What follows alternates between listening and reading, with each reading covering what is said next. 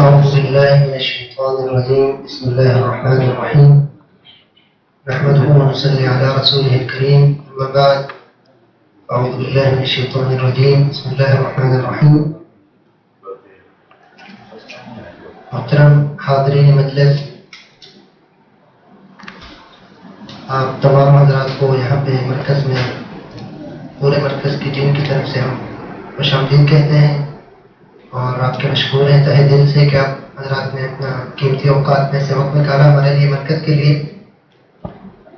اور بعض حضرات تو جانتے ہیں کہ ہمارا سالانہ پروگرام ہوتا ہے، رمضان سے چند دن پہلے ہم یہ کرتے ہیں استقبال رمضان کے حوالے سے. اور اس دفعہ اس میں بچوں کے لیے ہم نے ساتھ میں یہ بھی رکھا ہے کہ بچوں کی حوصلہ افزائی کے لیے پروگرام کو انشاءاللہ تھوڑا سا وقت شاید زیادہ لگ جائے گا آپ کا، لیکن اس کے بعد ہمارے پروگرام کو انشاءاللہ آگے بڑھاتے ہوئے استقبال رمضان کے پروگرام کے حوالے سے ہمارے ذمہ دار بحر نظم کے محترم جناب شمس غرب صاحب تشریف لائیں گے اور انشاءاللہ آپ حضرات سے مخاطب ہوں گے. اور میں بلا تاخیر دعوت دوں گا محترم جناب شمس غرب صاحب تشریف لائیں اور آپ سے مخاطب ہوں اور بتائیے انشاءاللہ کہ ہمارے یہ جو رمضان کریم آ رہا ہے اس کے اوقات کو کیسے بابرکت بنایا جا سکتا ہے. محترم شمس غرب صاحب.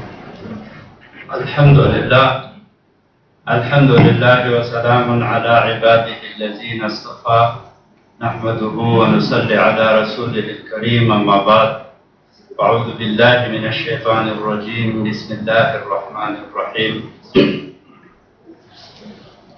میرے محترم اور انتہائی قابل قدر بھائیوں، مہمانان کرام اور پیارے بچوں، السلام علیکم ورحمۃ اللہ وبرکاتہ. سب سے پہلے تو میں آپ سب کا اور خصوصاً آنے والے مہمانوں کا شکریہ ادا کرتا ہوں اور آپ کو خوش آمدید کہتا ہوں کہ آپ لوگوں نے وقت نکال کر اس پروگرام میں شرکت کی. اللہ آپ کے سعی اور جہد کو قبول فرمائے. میرے محترم بھائیوں، یہ شعبان کا مہینہ ہے اور رمضان المبارک کی آمد ہے. اور جیسا کہ بھائی نے بتایا کہ یہ جو آج کا پروگرام ہے یہ دو حصوں پر مشتمل ہے، لیکن ہے مشترک، حصے الگ الگ نہیں ہیں. ایک استقبال رمضان کے حوالے سے اور دوسرا اس مرکز کو ہم منزل بمنزل کیسے آگے لے کے جا رہا ہے، اس حیثیت سے یہ پروگرام ہوگا انشاءاللہ. میرا جو موضوع ہے وہ استقبال رمضان کے حوالے سے ہے. میرے محترم بھائیوں، ہم جو یہاں جمع ہوئے ہیں تو اس لیے جمع ہوئے ہیں کہ باہم ایک مشورہ کر لے، ایک منصوبہ بنا دے اور یہ جاننے کی کوشش کرے کہ رسول اللہ صلی اللہ علیہ وسلم رمضان کا استقبال کس طرح کرتے تھے، تیاری کس طرح کرتے تھے اور امت کو کیا تعلیم دی.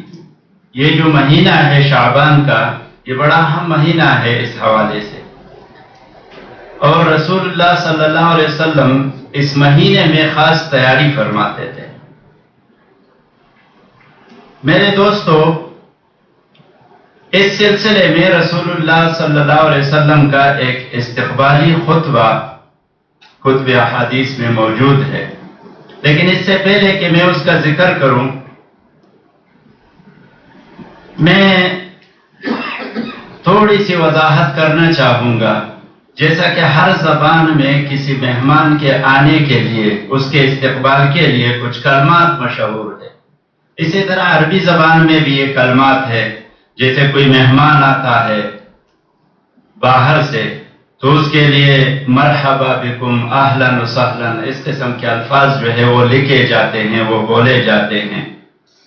یہ جو لفظ رحب ہے یا رحبن ہے، اس کا مطلب ہے کشادگی. اور گویا کہ ایک آدمی اپنے مہمان کا، اپنے محبوب کا جب استقبال کرتا ہے تو وہ یوں کہتا ہے کہ میرے دل کشادہ ہے آپ کے لیے، اس میں کچھ تنگی نہیں ہے، آپ کو خوش آمدید ہے، آپ خوشی سے ہمارے یہاں آ سکتے ہیں. اور یہ ویلکم اور یہ خوش آمدید اور یہ استقبال جو ہے یہ منحصر ہے اس مہمان کے حیثیت پر کہ وہ مہمان کس درجے کا ہے، اس درجے کا استقبال ہوتا ہے. تو میرے دوستو، رسول اللہ صلی اللہ علیہ وسلم نے رمضان کے مہینے کا استقبال کیا. کس درجے میں کیا یہ جاننے کی ہم کوشش کریں گے. اور ظاہر ہے کہ ہم رسول اللہ صلی اللہ علیہ وسلم کے سنت کا بھرپور پیروی کرنے والے ہیں اور کوشش کرتے ہیں کہ ہم رسول اللہ صلی اللہ علیہ وسلم کی سنت پر عمل کریں. تو میرے دوستو، اس سلسلے میں یہ تو واضح ہے کہ قمری مہینوں میں، سال کے جو تمام مہینے ہیں اس میں رمضان کا ایک الگ درجہ ہے، ایک عظیم المرتبت یہ مہینہ ہے. اور اس کی وجہ اور اس کی عظمت، اس کی اہمیت اور اس کی ضرورت جیسے آپ نے تلاوت میں بھی سنی، قرآن میں بھی بیان کی گئی ہے اور احادیث میں بھی درجنوں احادیث ایسی موجود ہے جس میں رمضان کی فضیلت بیان کی گئی ہے، اہمیت واضح کی گئی ہے اور رمضان کی عظمت کا ذکر کیا گیا ہے. اس سے پہلے کہ میں جو ذکر کیا کہ رسول اللہ صلی اللہ علیہ وسلم کا ایک استقبالی خطبہ جو ہے وہ احادیث میں موجود ہے، میں اس خطبے کا ذکر کروں، اس کا خلاصہ آپ لوگوں کے سامنے رکھوں. اس سے پہلے میں رمضان کے عظمت کا تھوڑا سا جو ہے وہ وضاحت کرنا چاہوں گا. عزیزان کرام، سورہ توبہ میں اللہ تبارک و تعالیٰ فرماتے ہیں کہ ان عدت الشہور عند اللہ 12 شہرا، اللہ کے نزدیک فی کتاب اللہ، اللہ کے کتاب میں مہینوں کا شمار، مہینوں کی تعداد 12 ہے. اور یہ کب سے ہے؟ یوم خلق السماوات والارض، یہ اس دن سے ہے جس دن سے اللہ تبارک و تعالیٰ نے آسمان اور زمین کو پیدا کیا، بنائے. پھر فرمایا کہ منہا 4 حرم، ان 12 مہینوں میں 4 مہینے حرمت والے ہیں، عزت والے ہیں. اور پھر فرمایا اسی آیت میں کہ ذالک الدین القیم، یہ ٹھیک ٹاک دین ہے، سیدھا دین ہے. اس آیت کی طرف ذرا ایک بار پھر ترجمے کو خالی دیکھیں. بے شک اللہ کے نزدیک مہینوں کی تعداد 12 ہی ہے، یہ اللہ کے کتاب میں لکھی ہوئی ہے. اور یہ اس دن سے ہے جس دن سے اللہ تبارک و تعالیٰ نے آسمان اور زمین کو پیدا کیا، یعنی کائنات کو پیدا کیا. 4 مہینے اس میں حرمت والے ہیں اور یہ ٹھیک ٹاک دین ہے. ضابطۂ دین جو ہے یہی ہے. اب دیکھیے کہ اس آیت میں کائنات کے بنانے کے ساتھ ہی سال کے 12 مہینوں کا تذکرہ اور اس میں 4 مہینے بتائے گئے، لیکن اس میں وہ 4 مہینوں میں رمضان شامل نہیں ہے، رمضان کا نام نہیں ہے. یہ بات ذہن میں رکھیے. یہ آیت میں نے اسی لیے یہاں کوٹ کیا ہے کہ یہ ذہن میں رکھیے. وہ 4 مہینے جو ہے وہ ذی الحجہ ہے، ذی القعدہ ہے، رجب ہے اور محرم ہے. اور ان کی اپنی خاصیتیں ہیں، یہاں موقع نہیں ہے ان کی خاصیتیں بیان کرنے کے لیے، ان کی اپنی خاصیت. تو اس میں رمضان کا مہینہ نہیں ہے، لیکن رمضان کو یہ عظمت حاصل ہے، یہ فوقیت حاصل ہے کہ یہ سال کے 12 مہینوں کی سردار کہلاتی ہے. یہ مہینہ سال کے 12 مہینوں کا سردار ہے. کیوں ہے؟ اس کی ایک خاص وجہ ہے، اور وہ خاص وجہ جو ہے وہ یہ ہے کہ اس مہینے میں قرآن نازل ہوا. اس کی نسبت قرآن سے ہے. جیسے تلاوت میں بھی آپ لوگوں نے سنا، اور آیت کا وہ ٹکڑا یہ ہے کہ شہر رمضان الذی انزل فیہ القرآن رمضان کا مہینہ وہ مہینہ ہے جس میں قرآن نازل ہوا، اور ہدی للناس، یہ قرآن جو ہے اب قرآن کی صفات بیان کی جا رہی ہے۔ رمضان کا تو یہ ہے کہ اس میں قرآن نازل ہوا، لیکن اب قرآن کا یہ ہے کہ یہ ہدی للناس ہے، یہ لوگوں کو ٹھیک راستہ دکھانے والی کتاب ہے۔ وبینات من الہدی، اور اس میں وہ ٹھیک تعلیمات ہے جو انسانوں کو سیدھے راستے پہ چلاتا ہے۔ والفرقان، اور یہ حق اور باطل کے درمیان تمیز کرنے والی کتاب ہے۔ یہ بات بتائی گئی، اسی وجہ سے اس مہینے کو وہ عظمت حاصل ہوئی کہ یہ 4 وہ حرمت والے مہینے اور سال کے باقی 8 مہینے، یعنی 12 مہینوں کی سردار کہلائی، یہی وجہ ہے۔ اب دیکھیے کہ قرآن انسانیت کی رہنمائی، فلاح اور ہدایت، یہ 3 چیزیں یاد رکھیے، رہنمائی، فلاح اور ہدایت۔ اس کے لیے یہ وہ سرمایہ ہے جس کی نظیر، جس کی مثال کائنات میں کہیں اور دوسری نہیں ملتی۔ قرآن اتنی بڑی جو ہے وہ ہدایت ہے اللہ تبارک و تعالیٰ کی۔ اب قرآن کے اس اتنے بڑے سرمایہ کے تقاضا یہ رہا کہ اللہ تبارک و تعالیٰ نے حکم دیا کہ فمن شہد منکم الشہر فلیصم۔ اب یہ جو قرآن کا مہینہ ہے جس میں قرآن نازل ہوا، اب تم میں سے جو بھی اس مہینے کو پائے اس پر واجب ہے، فرض ہے کہ وہ اس مہینے کے روزے رکھے۔ اب یہ مہینہ جا کے اپنے کمال تک پہنچا۔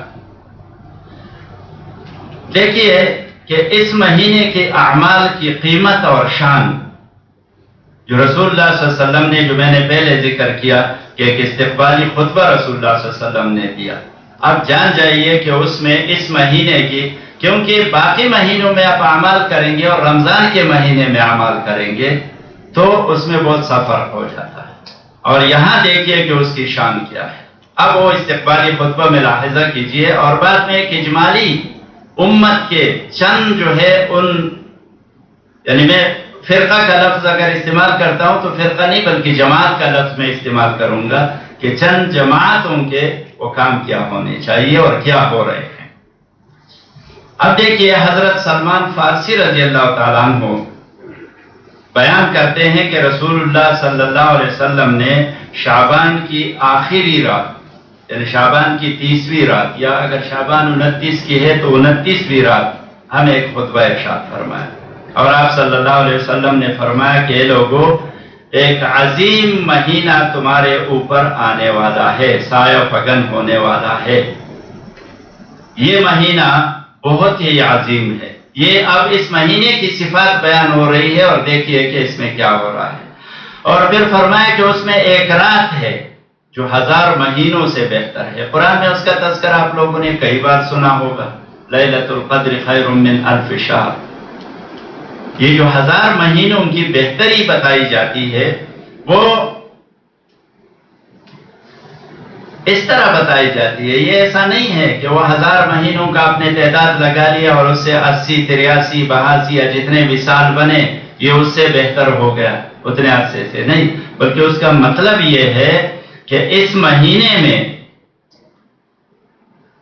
انسانیت کی فلاح کے لیے وہ کام ہوا قرآن کی شکل میں، جیسے پہلے بتایا کہ قرآن ہدایت، فلاح اور رہنمائی کے لیے ایک مکمل کتاب ہے، ایک مکمل ضابطہ حیات ہے۔ تو یہاں فرمایا جا رہا ہے کہ اسی ایک رات میں لیلۃ القدر میں اتنا بڑا کام ہوا انسانیت کی فلاح کے لیے، ہدایت کے لیے، کہ 1000 مہینوں میں اتنا کام نہیں کیا جا سکتا، اس لیے یہ 1000 مہینوں سے بہتر ہے یہ رات۔ اور پھر فرمایا کہ اللہ تبارک و تعالیٰ نے اس مہینے کے روزے رکھنا فرض کر دیا ہے، اور اس کی راتوں میں قرآن پڑھنا جو ہے اس کو عبادت قرار دیا ہے۔ یعنی اب تقاضا یہ رہا، یہ ایک عجیب جو ہے اگر فلسفیانہ انداز میں دیکھا جائے نا تو یہ ایک عجیب ہوا، ایک کرن اٹھی اور وہ قلب محمد پہ آ کے جو ہے وہ روشن ہوئی۔ غار حرا کا جو واقعہ ہے نا یہ بڑا عجیب ہے، وہاں تو چند آیات نازل ہوئے، 5-7 آیات نازل ہوئے، پورے قرآن کا اس سے تشبیہ دینا کہ وہ لیلۃ القدر میں نازل ہوئی، 27ویں رات، رمضان کی 27ویں رات، کوئی کیا کہتا ہے کوئی کیا کہتا ہے، لیکن رمضان کے راتوں میں ہی نازل ہوئی، لیلۃ القدر کہا گیا اس کو۔ ایک عجیب واقعہ ہے یہ، اور یہ اتنا بڑا واقعہ ہے کہ اس کا تقاضا یہ رہا کہ اس مہینے کے دن کو روزوں کے لیے مختص کیا جائے اور اس مہینے کی راتوں کو اس قرآن کے لیے مخصوص کیا جائے کہ اس میں لوگ پڑھیں۔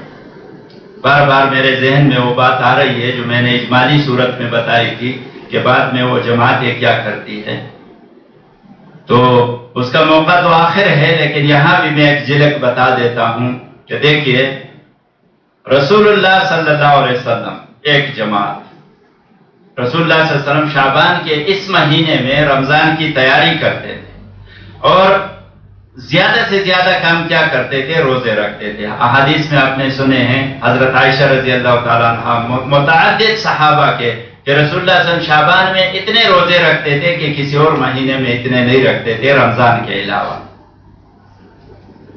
اور دوسرا کام کیا کرتے تھے؟ رسول اللہ صلی اللہ علیہ وسلم دعائیں زیادہ مانگتے تھے۔ دعا عبادت کی مخ ہے، عبادت کی دماغ ہے، عبادت کی جڑ ہے، تو رسول اللہ صلی اللہ علیہ وسلم یہ دو کام سب سے زیادہ کرتے تھے، روزے زیادہ رکھتے تھے شعبان کے مہینے میں۔ یہ استقبال رمضان کے مجلس ہو رہی ہے، استقبال رمضان کے حوالے سے میں بات کر رہا ہوں، اور دعائیں مانگتے تھے۔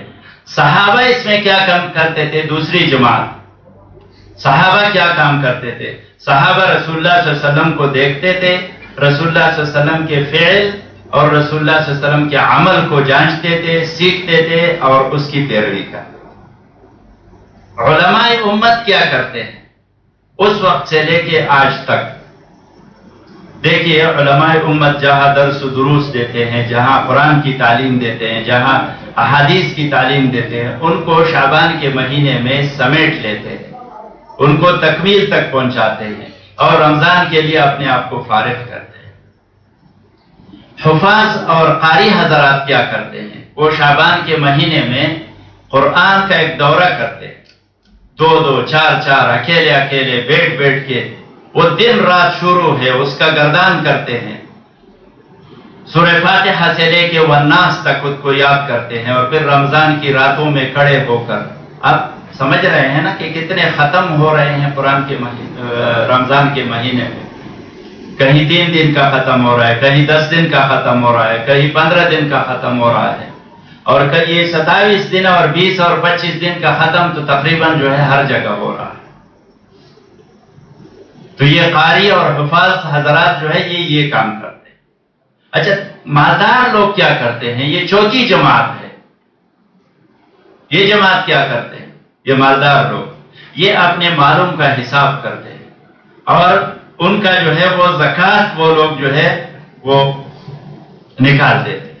اس کی وجہ کیا ہے آگے اس خطبے میں آئے گا۔ میں نے کہا یہ موقع نہیں تھا اس کے بیان کرنے کا، وہ موقع بعد میں نے رکھا تھا، لیکن تھوڑا مناسب لگا تو اس لیے میں نے بیان کیا۔ مالدار لوگ کیا کرتے ہیں؟ وہ اپنے مالوں کا حساب کرتے تھے، کیلکولیٹ کرتے ہیں، بینک میں کتنا ہے، جیب میں کتنا ہے، گھر میں کتنا ہے، کیا کتنا ہے، اور اس کا زکوٰۃ نکال لیتے ہیں۔ کیوں؟ اس لیے کہ رسول اللہ صلی اللہ علیہ وسلم نے فرمایا کہ اس مہینے کا ایک عمل جو ہے فرض وہ 70 درجے تک پہنچ جاتا ہے، اور جو نفل ہے، جو صدقہ خیرات ہے، وہ فرض کے درجے تک پہنچ جاتا ہے، اتنا بڑھ جاتا ہے، سیل لگ جاتا ہے نیکیوں پر۔ اور ایک 5ویں چھٹی جماعت ہے تاجر لوگوں کا، وہ کیا کرتے ہیں اس امت کا؟ وہ کیا کرتے ہیں؟ وہ اشیاء خرد و نوش کو جمع کر دیتے ہیں، لاتے ہیں تاکہ مسلمانوں کے لیے آسانیاں پیدا ہو۔ اور مجموعی تاثر بیان کرتا ہوں، میں انفرادی طور پہ نہیں جاتا ہوں۔ آج کل تو بہت سارے لطیفے بنتے ہیں، بہت سارے یہ بنتے ہیں، لیکن میں اس طرف نہیں جانا چاہتا۔ میں وہ جو خیر کی باتیں ہیں جو استقبال رمضان کے حوالے سے ہیں، میں وہ باتیں بتاتا ہوں۔ اب دیکھیں رسول اللہ صلی اللہ علیہ وسلم کی ایک جماعت، صحابہ کرام کی دوسری جماعت، علماء کی تیسری جماعت، قاریان اور حفاظ کا چوتھی جماعت، اور مالدار لوگوں کا 5ویں جماعت، اور تاجر لوگوں کا 6ٹھی۔ یہ 6 جماعتیں جو ہے یہ شعبان کے مہینے میں یہ کام کرتے ہیں جو میں نے مختصراً آپ لوگوں کے سامنے رکھا۔ پھر رسول اللہ صلی اللہ علیہ وسلم نے فرمایا کہ اس مہینے میں جو شخص نفلی عبادت کرے گا، فرض نہیں نفلی عبادت، تو وہ دوسرے مہینوں کے فرض کے برابر ہو جائے گا، اور جو فرض عبادت کرے گا تو وہ اس کا درجہ 70، جیسے میں نے ابھی بیان کیا 70 درجے تک پہنچ جائے گا۔ تو یہ جو 6 جماعتوں کا میں نے تذکرہ کیا نا، وہ اپنے تمام وہ کام رمضان تک کے لیے کر جاتے ہیں، چاہے وہ صدقات خیرات ہو، چاہے وہ عبادات ہو، چاہے وہ کوئی بھی چیز ہو۔ اگر اس مہینے میں آپ کسی سے جو ہے اپنا کوئی تنازعہ بھی جو ہے ختم کرنے کے لیے، معافی کے لیے جائیں گے نا، تو آپ کو ایک قدم پر 70 نیکیاں ملیں گی، آپ کا ایک قدم 70 قدموں پہ شمار ہوگا۔ اللہ کے خزانوں میں کوئی کمی نہیں ہے، جو بھی کام آپ کریں گے وہ 70 درجے تک جائے گا، اور اگر وہ فرض ہے تو 70 درجے، اور اگر وہ نفل ہے تو وہ فرض کے درجے تک چلا جائے گا۔ پھر رسول اللہ صلی اللہ علیہ وسلم نے فرمایا کہ یہ صبر کا مہینہ ہے، اور صبر کا بدلہ بھی بتا دیا کہ صبر کا بدلہ جنت ہے۔ اب صبر آپ سب جانتے ہیں کہ صبر کیا چیز ہوتا ہے، اور رسول اللہ صلی اللہ علیہ وسلم باقی اعمال کے بارے میں نہیں بتایا کہ اس کا بدلہ کیا ہے، لیکن صبر کے معنی مطلب بھی بتا دیا، اس کا انعام بھی بتا دیا کہ صبر، یہ صبر کا مہینہ ہے اور صبر کا بدلہ جنت ہے۔ پھر فرمایا کہ یہ دوسروں کے ساتھ ہمدردی کا مہینہ ہے، اس کے دکھ درد بانٹنے کا مہینہ ہے۔ یہ جو مہینہ آ رہا ہے یہ دوسرے، اس میں اصل میں وجہ کیا ہے یہ دکھ درد بانٹنے کا؟ یہ اس لیے ہے کہ ہر آدمی کو، مثلا ایک آدمی ہے کہ اس نے کبھی بھوک پیاس برداشت نہیں کیا، کبھی کچھ نہیں، اس کو پتہ ہی نہیں ہے کہ بھوک کیا ہوتا ہے، پیاس کیا ہوتا ہے، لیکن رمضان کے مہینے میں اس کو احساس ہو جاتا ہے کہ ہاں بھوک بھی لگتی ہے اور پیاس بھی لگتی ہے، تو اس کے دل میں ایک رحم کا جذبہ پیدا ہوتا ہے، وہ ان غریبوں کا بھی فکر کر جاتا ہے کہ ہاں یار مجھے تو پتہ ہی نہیں تھا، میرے تو ہر وقت جو ہے وہ ثلاجہ بھرا ہوا ہے، فریج بھرا ہوا ہے، سب کچھ یہ ہے، اگر اس طرف جاتا ہوں پانی کے لیے تو چاہے وہ 1 گھونٹ کیوں نہ ہو، لیکن وہاں سے میں منہ کو لگا لیتا ہوں اور میں وہ پانی پی لیتا ہوں، وہ نوالا کھا لیتا ہوں، وہ فروٹ اٹھا کے کھاتا ہوں، لیکن اس کو احساس ہو جاتا ہے کہ یہ جو میں نے 10-12 گھنٹے 14 گھنٹے 15 گھنٹے کا روزہ رکھا، تو یہ غریب لوگوں کو اگر یہ چیز نہیں ملتا تو یہ تو واقعی یار ان لوگوں کو تکلیف ہوگا، جب ان کو بھوک لگتا ہے تو وہ انتظار کرتے ہیں 2-2 3-3 گھنٹے، جب وقت ہو جاتا ہے تب وہ کھانے جو ہے اس کو ملتا ہے، تو اس کو احساس ہو جاتا ہے، تو یہ مہینہ دوسروں کے ساتھ ہمدردی کا بن جاتا ہے۔ اس لیے رسول اللہ صلی اللہ علیہ وسلم نے فرمایا کہ دکھ درد بانٹنے کا مہینہ ہے، ہمدردی کا مہینہ ہے۔ اور پھر ایک بات بتائی، اور وہ یہ کہ اس مہینے میں مومن کا رزق بڑھ جاتا ہے۔ اب یہ ایک عجیب جو ہے، یہ اس میں بھی ایک فلسفہ ہے، اور وہ یہ ہے کہ آپ کہیں بھی دیکھیں رمضان کے مہینے میں سیلریاں نہیں پڑتی کہ کسی کا جو ہے 1000 دینار سیلری ہے اس کا 1500 ہو گیا، 2000 ہو گیا، کسی کا 200 دینار ہے اس کا 400 600 ہو گیا 500، ایسا نہیں ہے۔ لیکن اللہ تبارک و تعالیٰ فرماتے ہیں اور رسول اللہ صلی اللہ علیہ وسلم فرماتے ہیں کہ بھئی یہ اس کا جو ہے وہ رزق بڑھ جاتا ہے مومن کا، وہ تو کیلکولیٹ نہیں کیا جا سکتا کہ وہ کس طرح بڑھ جاتا ہے، لیکن ایک تو ہم مشاہدہ کرتے ہیں کہ رمضان کے دسترخوانوں میں جو چیزیں سامنے ہوتی ہے وہ دوسرے مہینوں میں نہیں ہوتی، یہ تو سب مشاہدہ کرتے ہیں۔ سال کے 11 مہینوں میں وہ چیزیں ہم بہت کم ہی ملتے ہیں، بہت کم ہی کھاتے ہیں، جو رمضان کے مہینے میں روزانہ کے بیس پہ ہم لوگ کھاتے ہیں، یہ تو ہے۔ تو ہم وہی سیدھی سادی مفہوم لے لیں کہ بھائی مومن کا رزق جو ہے اس میں اضافہ ہو جاتا ہے، وہ بڑھ جاتا ہے۔ پھر ایک اور بات ہمدردی کا رسول اللہ صلی اللہ علیہ وسلم نے بتایا، اور وہ یہ کہ جو شخص اس مہینے میں کسی روزہ دار کو افطار کراتا ہے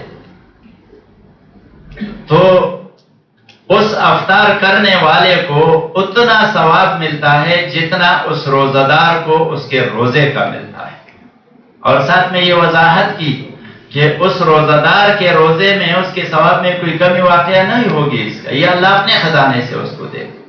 تو سلمان فارسی رضی اللہ تعالیٰ عنہ جو اس خطبے کے راوی ہے، اس نے عرض کیا کہ یا رسول اللہ، ہم میں سے ہم تو غریب لوگ ہیں، ہم کسی کو افطار کیسے کرا سکتے؟ اس کے ذہن میں خیال آیا کہ افطار کرانے سے مطلب یہ ہے کہ ان کو پیٹ بھر کر کھانا کھلایا جائے، اچھا انتظام کیا جائے، یہ سب کچھ کیا جائے. رسول اللہ صلی اللہ علیہ وسلم نے کیا فرمایا؟ کہا کہ اس سے یہ مراد نہیں ہے. اس سے مراد یہ ہے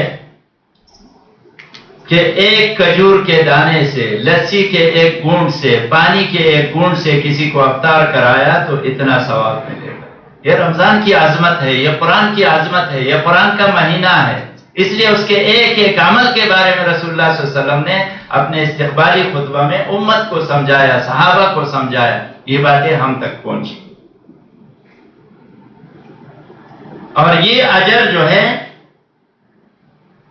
یہ اجر یہ اللہ دے گا. یہ کوئی جیسے حدیث میں آپ لوگوں نے سنا، میں نے کوئی حدیث جو ہے یہاں نہیں کی کیونکہ وقت اتنا نہیں ہے. حدیث بہت زیادہ بے شمار ہے جس میں اللہ تبارک، حدیث قدسی ہے وہ، کہ بنی آدم کے تمام اعمال ان کے لیے ہے. ایک آدمی عمل کرتا ہے تو ان کے لیے ہے، لیکن اللہ تبارک و تعالیٰ نے فرمایا کہ الصوم لی، روزہ میرے لیے ہے اور میں اس کا بدلہ دوں گا. ایک میں انا اجزی بھی لفظ آئے ہیں عربی کے، اور دوسرے حدیث میں انا اجزا بھی. اس میں علماء فرق بیان کرتے ہیں. اجزی بھی کا مطلب یہ ہے کہ میں اس کا بدلہ دوں گا. الصوم لی، رمضان روزہ میرے لیے ہے، میں اس کا بدلہ دوں گا. انا اجزا بھی، میں اس کے بدلے میں دیا جاؤں گا. اللہ تبارک و تعالیٰ فرماتے کہ میں اس کے بدلے میں دیا جاؤں. اب اللہ کس کو ملے تو کیا ہوگا؟ یہ رمضان کی عظمت اور قرآن کی عظمت ہے جو اس طرح کے جو ہے وہ باتیں امت کو پہنچی. پھر فرمایا کہ یہ اتنا مقدس مہینہ ہے، اتنے برکتوں والا مہینہ ہے. اس کو 3 حصوں میں تقسیم کر دیا. پہلا حصہ جو ہے وہ رحمت کا ہے، دوسرا حصہ مغفرت کا ہے، اور تیسرا حصہ جہنم کی آگ سے بچنے کا ہے، نجات کا ہے. اب اللہ کی رحمتوں کا اندازہ کر لیجئے جو پہلے عشرے میں ہے. پہلے عشرے میں جو رحمت اللہ کی نازل ہوتی ہے ان کا اندازہ کیجئے. یہ جتنا بیان ہوا اس کو بھی آپ لے لیجئے. اپنے ایک ایک نفل کو، ایک ایک سبحان اللہ کو، ایک ایک اللہ اکبر کو، ایک ایک لا الہ الا اللہ ہو، ایک ایک اشہد ان لا الہ الا اللہ کا، ایک ایک درود کا، اللہم صلی، ہم کہتے ہیں نا صلی اللہ علیہ وسلم، ایک ایک اس کا جو بھی آپ نیکی کریں گے، جو بھی لفظ آپ کے منہ سے نکلے گا، قرآن کے جتنے بھی تلاوت آپ کریں گے جتنا، اور جتنے بھی جو ہے آپ تراویح میں اس کو سنیں گے، دوسرے لوگوں سے سنیں گے، جتنے ختموں میں آپ جو ہے وہ شرکت کریں گے، آپ کو اندازہ ہے کہ آپ کو کتنے ثواب ملیں گے، اس کے کتنے رحمتیں ہوں گی. معراج کے واقعات میں آتا ہے، معراج کے واقعات میں کہ ایک جگہ پر جب رسول اللہ صلی اللہ علیہ وسلم جبریل علیہ السلام کی میعاد میں پہنچے تو رسول اللہ صلی اللہ علیہ وسلم نے دیکھا کہ کوئی چیزیں اوپر سے آ رہی ہے اور کچھ چیزیں نیچے سے اوپر جا رہی ہیں. تو رسول اللہ صلی اللہ علیہ وسلم نے جبریل علیہ السلام سے پوچھا کہ یہ کیا چیز ہے، کیا اوپر جا رہا ہے، کیا نیچے آ رہا ہے. تو جبریل علیہ السلام نے عرض کیا کہ یا رسول اللہ، یہ جو نیچے سے جا رہے ہیں یہ امت کے اعمال ہے، انسانوں کے اعمال ہے، یہ اوپر جا رہے ہیں. اور یہ جو اوپر سے آ رہے ہیں یہ فیصلے ہیں اللہ کے، اللہ کی رحمتیں ہیں جو اوپر سے اتر رہے ہیں. اور پھر فرمایا کہ اگر اعمال نیچے سے نیک اوپر جائیں گے، نیک اعمال جائیں گے تو وہاں سے فیصلے بھی اچھے آئیں گے، نیک فیصلے آئیں گے. تو آپ اندازہ کر سکتے ہیں کہ رمضان میں کتنے رحمتیں نازل ہوں گی. رمضان میں جب اتنے اعمال امت کے اوپر جائیں گے تو کتنے رحمتیں نیچے آئیں گی. اس لیے فرمایا کہ پہلا جو عشرہ ہے یہ رحمت ہے، دوسرا عشرہ جو ہے یہ مغفرت کا ہے، بخشش کا ہے. اور اس میں ایک حدیث کوٹ کرتا ہوں کہ ابو ہریرہ رضی اللہ تعالیٰ عنہ کہتے ہیں کہ رسول اللہ صلی اللہ علیہ وسلم نے فرمایا کہ رمضان کے آخری دن 30ویں رمضان کو یا 29ویں رمضان کو اللہ تبارک و تعالیٰ اعلان کرتے ہیں کہ میں نے تمام مسلمانوں کی مغفرت کر دی، بلکہ مسلمانوں کی نہیں، روزہ داروں کی، تمام روزہ داروں کی جنہوں نے روزے رکھے ہیں ان کی مغفرت کر دی. تو صحابہ نے جھٹ سے عرض کیا، حریص تھے صحابہ نے کیوں کے لیے، یا رسول اللہ یہ جو لیلۃ القدر کا ذکر آتا ہے کیا یہ وہی لیلۃ القدر ہوگی یا وہی لیلۃ القدر ہے؟ رسول اللہ صلی اللہ علیہ وسلم نے فرمایا نہیں، لیلۃ القدر تو ایک بڑی چیز ہے، یہ تو وہ معاوضہ ہے جو مزدور اپنا کام پورا کرتا ہے تو اس کو مالک مزدوری دیتا ہے، چونکہ یہاں دیکھو مسلمانوں کو روزہ داروں کو مزدور سے تشبیہ دی، یہ اللہ کی مزدوری کرتا ہے اور اللہ نے اس کی مزدوری دے دی، ان کی مغفرت کر دی۔ ابو ہریرہ کی روایت، رسول اللہ صلی اللہ علیہ وسلم کی بات، ہماری اپنی بات نہیں ہے۔ تو میرے دوستوں کہ اتنا بڑا یہ مہینہ، ابھی مغفرت کا جو عشرہ ہے اس میں آپ اندازہ کر سکتے ہیں اللہ آدھی آسمان پہ آ جائے، کوئی مانگو آدھی رات کو، کوئی مانگو، کوئی مغفرت طلب کرو میں بخشش کروں، آپ لوگوں کو سب جانتے ہو حدیث کے بارے میں۔ اور آخری جو ہفتہ ہے تیسرا عشرہ وہ جہنم سے خلاصی کا ہے کہ جہنم سے، اب ہماری یہ ساری کوششیں، ہماری دعائیں، ہماری عبادات، ہماری قربانیاں، ہمارے سب کچھ یہ کیوں کس لیے ہے؟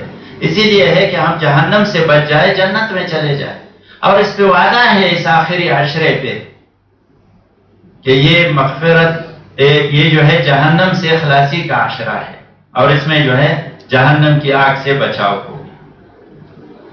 پھر آخری بات جو اس خطبے کا ہے وہ یہ ہے کہ رسول اللہ صلی اللہ علیہ وسلم نے فرمایا کہ جو شخص اس مہینے میں اپنے ماتحت سے، اپنے خادم سے، یہ خادم سے مراد ہم نوکر ہی نہ لیں، ماتحت سے مراد اپنے جو ہے آفیشیلی کوئی کم گریڈ والے شخص کو نہ لے، بلکہ اپنے گھر میں بھی جو ہے اپنے بچوں کو اور اپنی بیوی کو اور اپنے اس کو بھی لے لے، اپنے خاندان میں بھی لے لے یا دوسروں کو بھی لے لے، ان سے کم خدمت لی، ان کو ڈانٹا نہیں، ان کو جو ہے یہ نہیں کیا، تو